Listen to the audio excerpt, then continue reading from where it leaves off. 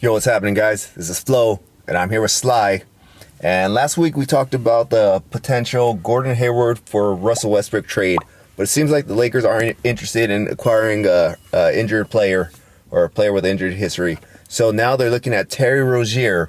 So Sly, what do you think about this possible trade?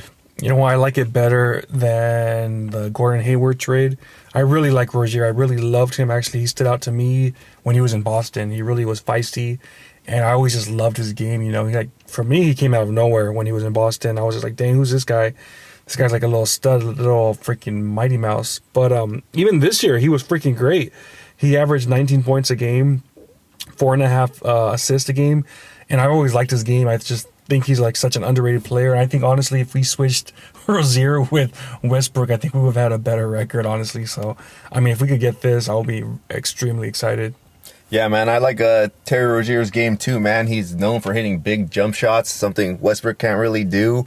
And he's not as explosive, but he's still pretty explosive. He's just not really dunking, but he still gets to the rim pretty nicely. Shifty guard, hits people with step backs a lot of the times. And the thing I like about him too, I know last year with the Hornets he was a starter, but he does come off the bench as well sometimes. And if we could put him into like a 6-man role, help out with our bench unit, I think that would be really good for the Lakers. Let AD and LeBron handle the first team, sprinkle a shooter with them, and then it just adds more depth to our team overall. So I like this trade actually a lot more than the Hayward one.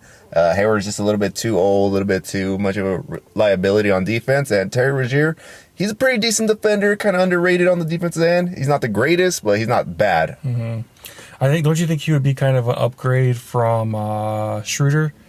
Like, don't you think like they're kind of similar games in a sense?